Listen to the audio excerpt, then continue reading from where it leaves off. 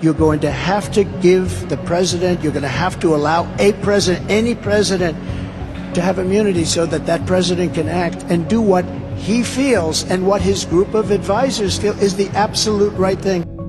Maybe no surprise then that in July, following an application by Donald Trump's lawyers, the US Supreme Court ruled that the president should have immunity. And the prime beneficiary, as a convicted felon, Donald J. Trump. As a consequence of this ruling, the criminal law does not apply to presidents. Let's be really clear here. So if President Trump, were he to be re-elected, were to order as president the assassination of someone like Liz Cheney because he thinks she's treasonous, he could get away with it. Under the Supreme Court's ruling of this summer, if the president orders an assassination, that order is not a criminal act in the way that it would have been 6 months ago. We will cast out the communists, Marxists, and fascists. We will throw off the sick political class that hates our country.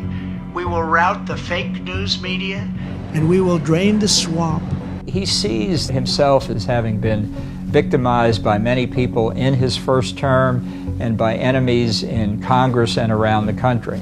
And while he characterizes his targets as people trying to attack his base, he really means Donald Trump.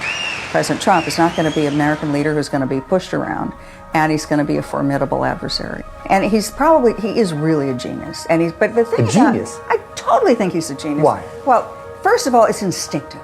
He's a big picture guy.